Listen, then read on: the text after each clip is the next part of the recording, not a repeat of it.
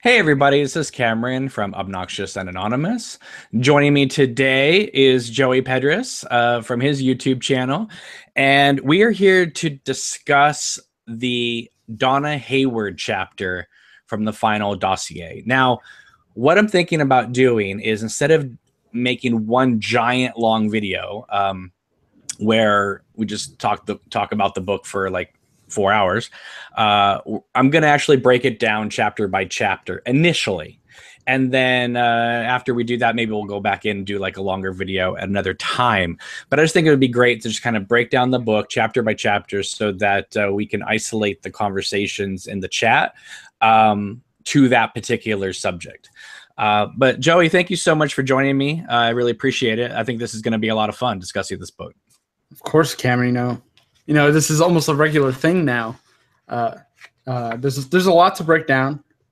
Donna was probably one of I don't know. I have mixed feelings about the Donna chapter. Well, we'll get into that. Lots of goodies.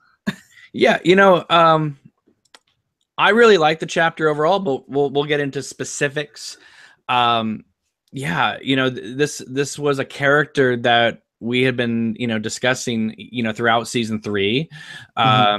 Like what happened to her? Why was there very little mention of her? I mean, there was obviously the picture of her and Laura still sitting at the Palmer household that when Sarah/Judy knocked all the other pictures off to stab Laura's picture, only the picture of Laura and Donna remained standing up. I thought that was interesting. Also, the fact that Laura Palmer was talking to James in that flashback to Fire Walk with Me, in which she again mentioned Donna's name, which I believe was the first and only time it was mentioned in the series, unless Will mentioned it that one time, but I don't think he did. I could be wrong, but even then, very small for such a prominent character as Donna Hayward. So yeah, Mark Frost's book came out on Halloween.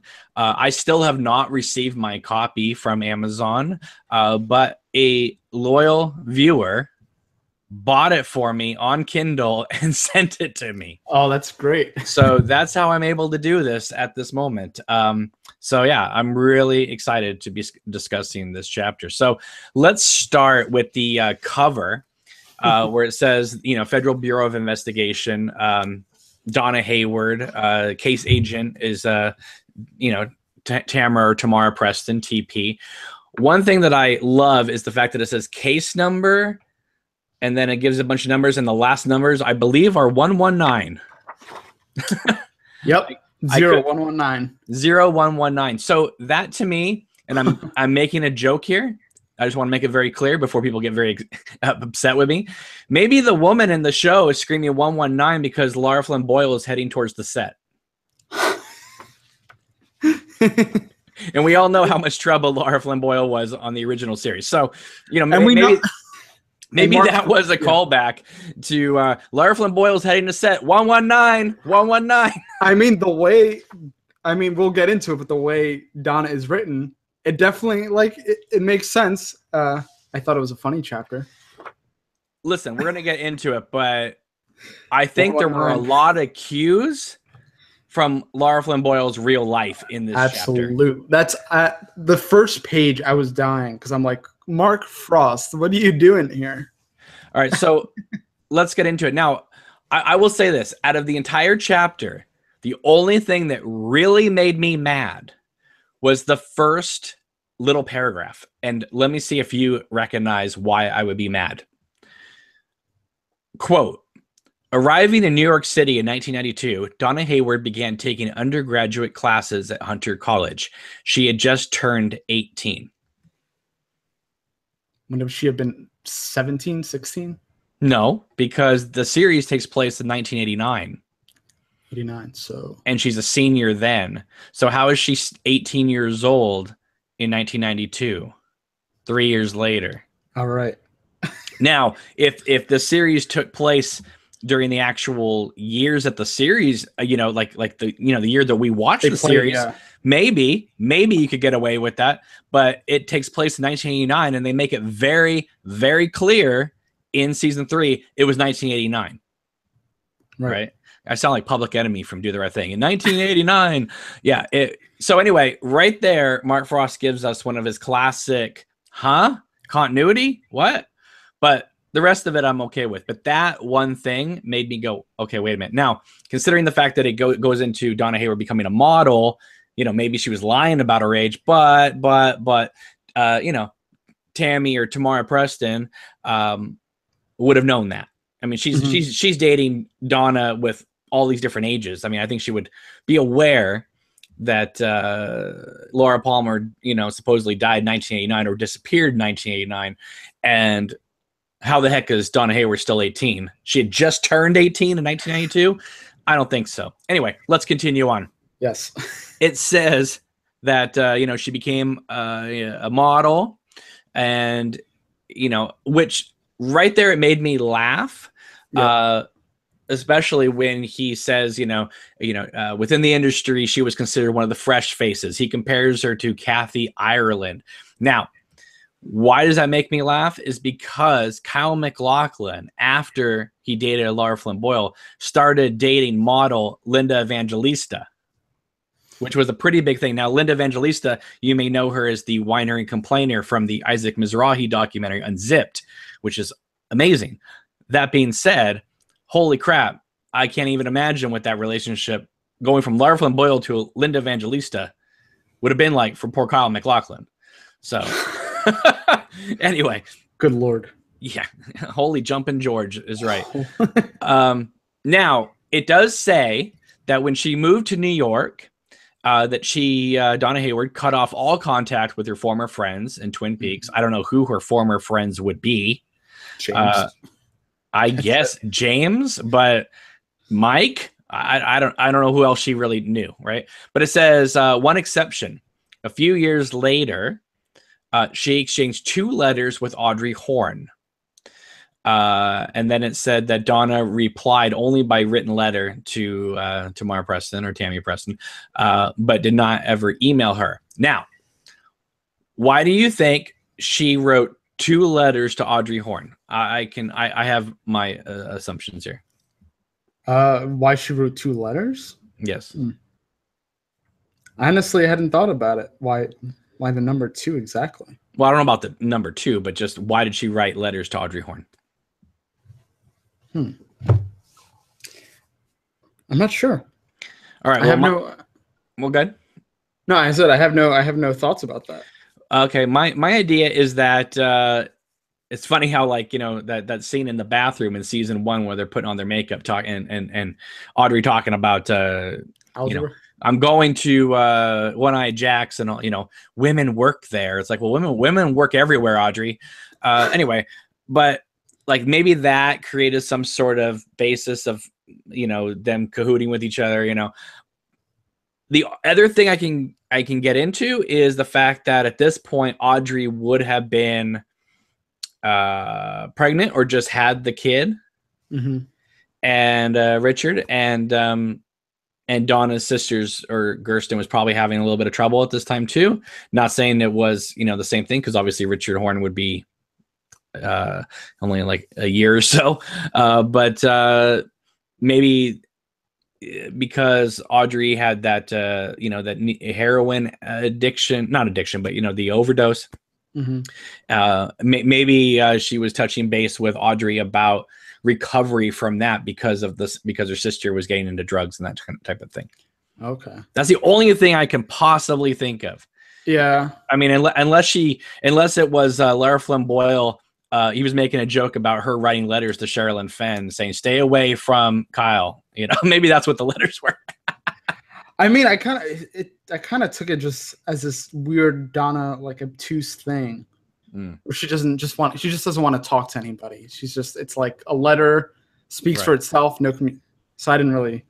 Now, the reason why she doesn't want to talk to anybody is because of what went down in Twin Peaks, where she found out that her mother had an affair with Ben Horne, and that she was probably the daughter of Ben Horne, right? Which is probably another reason why she's talking to Audrey, because they are half sisters.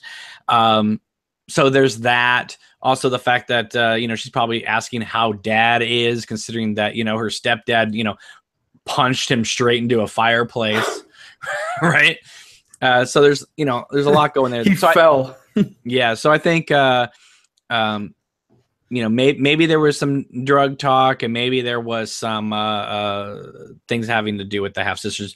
But again, 2 letters, and we're out. So who knows like what happened there. Then it says Donna, in her late 20s, married a man that was 2 decades her senior. And he was the co-founder of a .com startup and a prominent figure in New York. And then it would go on to say that Donna then met, right before the year 2000, Lana Milford, my favorite character of the entire series of Twin Peaks. But then did you notice that after she met Lana, her life went straight to hell? Because Lana's a witch. The poison of Lana. Yeah, well, listen, she poisons everything. She poisons every scene of Twin Peaks she's in. She poisons. It was just what a terrible character.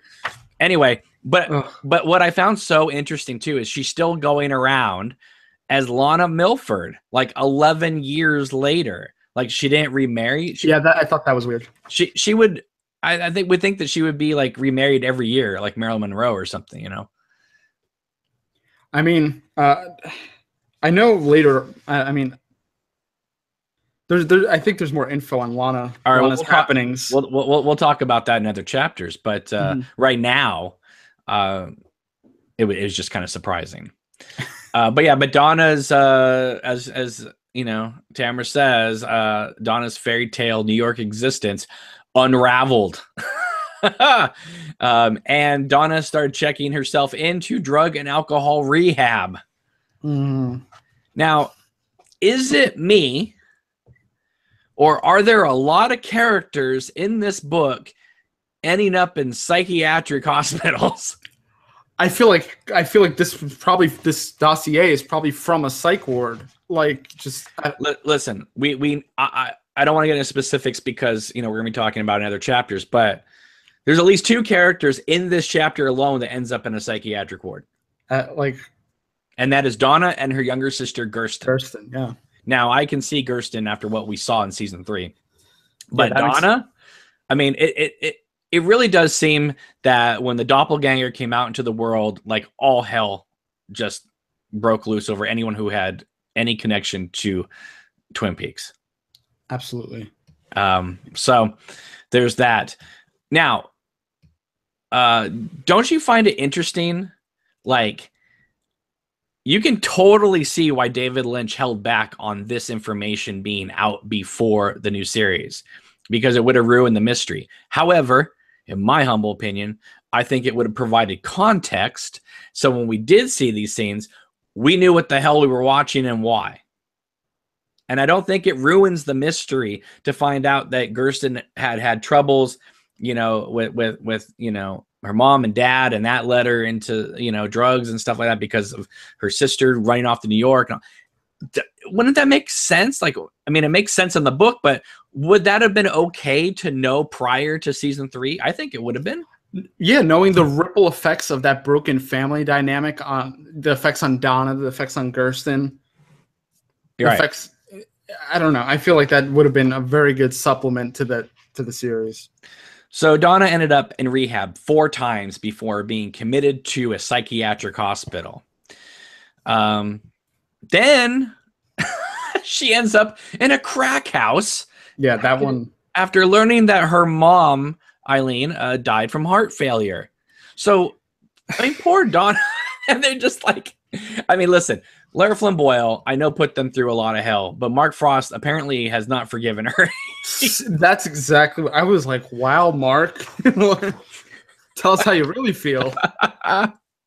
Well, he doesn't even just do this to Donna. He has to destroy like her siblings too. I know. But notice how they don't, poor Harriet is like not even mentioned. It's just Gersten, who we saw one time in the original series, like playing the piano.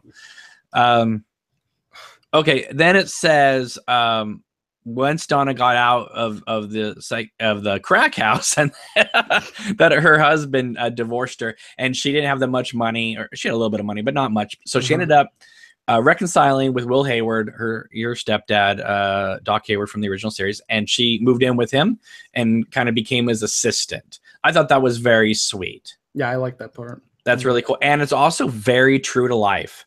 You know, there's a lot of children when they grow up end up either their parents move in with them or they move in with their parents, and kind of everything comes full circle, right? A golden circle. Anyway, but then it continues on here with Kirsten. So she's kind of connected into this Donna chapter as well. She doesn't get her own standalone, and talks about how bright she was, and then because of trauma of all this stuff going on, she went to a psychiatric hospital for 6 weeks in the Bay Area. These kids break so hard. Like, I mean, divorce happens every day. Everything leads to. Yeah, but there's all these finding out that your mom who's in a wheelchair has been living this double life, and yeah, definitely. I mean, just cracks you. Yeah. But you know what, though? I don't think it was just the fact that this happened and then they just snapped. I think it has to do with the fact that the Black Lodge has kind of dominance over what's going on here. Poison Twin Peaks. Definitely. So it says the death of Eileen Hayward in 2009. Gersten, who was dependent on her mother, it just, her life just went in utter turmoil. She started, getting into tons of relationships. It says the most damaging of these proved to be with Stephen Burnett, an unstable, low-level drug dealer in the Twin Peaks area. But everybody loved him. Yeah, I was going to say, still, everybody loves Stephen. But here's the part that I find really interesting. It says, the relationship with Stephen proceeded and apparently also overlapped with Stephen's marriage to Becky, obviously the daughter of Shelley and Bobby. Now it says, in her early 20s, Becky works at a bakery owned by Norma Jennings, and a warrant for Stephen has been recently issued as a suspected accomplice in a drug running operation that he was working on with Audrey's son, Richard, who is still at large, which we know he burnt to a crisp on that rock. So that says to me that Becky is still alive. Yeah, that's what I took from that. I don't think there's any other way to take it. I mean, I didn't think she had died, to be honest. I know we saw that scene with the hole in the trailer, but I hadn't thought she died. But the hole in the trailer was from the coffee cup. I think people assume that she had died because Stephen was talking about he'd done this terrible thing, and then when Cyril Pons says to Carl Rod, he's pointing over there, and then you see the window. It kind of gives you that push in, which we also got from that Billy's house, right? I think it was. So the illusion was that something happened, something horrible had happened there. But the Final Dossier goes on to say that no, Becky is alive. It says the timely intervention of Shelley and Bobby appears to have spared Becky any lasting legal trouble. But Gersten has not been seen since and is believed to have left the area. So we have confirmation that Gersten is alive, that she didn't die. She ran off somewhere, probably having an affair now with Jerry Horn somewhere in a bush. And Becky's alive, working at a bakery, which is interesting because I thought Norma was giving up the franchises. So is she working at the diner or what? What's the bakery owned by Norma Jennings? I don't know. But I think it says here, yeah, they don't know about Stephen. Stephen, yeah, nothing. So, so I guess we have to assume that he didn't kill himself at the tree then. Yeah, I figured that we didn't see the body, so I assume, Schrodinger's cat again. He could be dead or alive. So there it is, the Donna Hayward chapter. Now, before we go, you were saying you had kind of mixed feelings about this. What's your mixed feelings? About the book? No, about the Donna chapter. I don't know. I What the else whole did you What else did you want from it? I mean, I liked it, but I felt I don't know. I'm a little sore about all the psychiatric troubles everybody's having. I don't know. It feels like a sort of an easy way to, like, I don't know. Psychiatric trouble seems done to death. I know it's a very real thing, but You know, it'd be really cool if all these characters had been in the same psychiatric hospital at the same time. Because then we could do a recreation of Nightmare on Elm Street Dream Warriors, where we had like all the characters in a psychiatric ward and Bob comes for them a la Freddy Krueger. And that would have been epic. With like Will Hayward just like giving them all haloperidol and they're just like all having freaky dreams and stuff like that. And Freddy showing up going, I'm your boyfriend now, Donna. And then other Freddy be, hey, mate, talk to the glove. Just... Listen, I like this chapter, and I know some people have had problems with the fact that the chapters are rather small. I like that they're small because I don't want to read 50 pages about Donna Hayward. I do like the character, but 50 pages would be way too much. This gives you what you need to know, and you're out. I'm a little thrown by this just turned 18 in 1992. That's ridiculous in my opinion. But everything else is really nice and just kind of gives you some character background. And listen, I'm two ways about it. I can see why they wanted to leave this material out prior to season 3 because it gives you the feeling that you're going to see Donna Hayward in this new series, which you're not. But I do think that it would have been great to have it prior to the series so we had some context for her sister. Don't you think? Oh, absolutely. I love that they touched on Donna, Gersten, and Becky, and Steven in the same chapter. And Eileen and Doc Hayward. So all in all, I really like this chapter, and I'm anxious to discuss other chapters pretty soon. So anyway, guys, thank you so much for watching. Really appreciate it. And leave your comments below. Make sure to like and share these videos. And we will see you soon. Take care. Bye.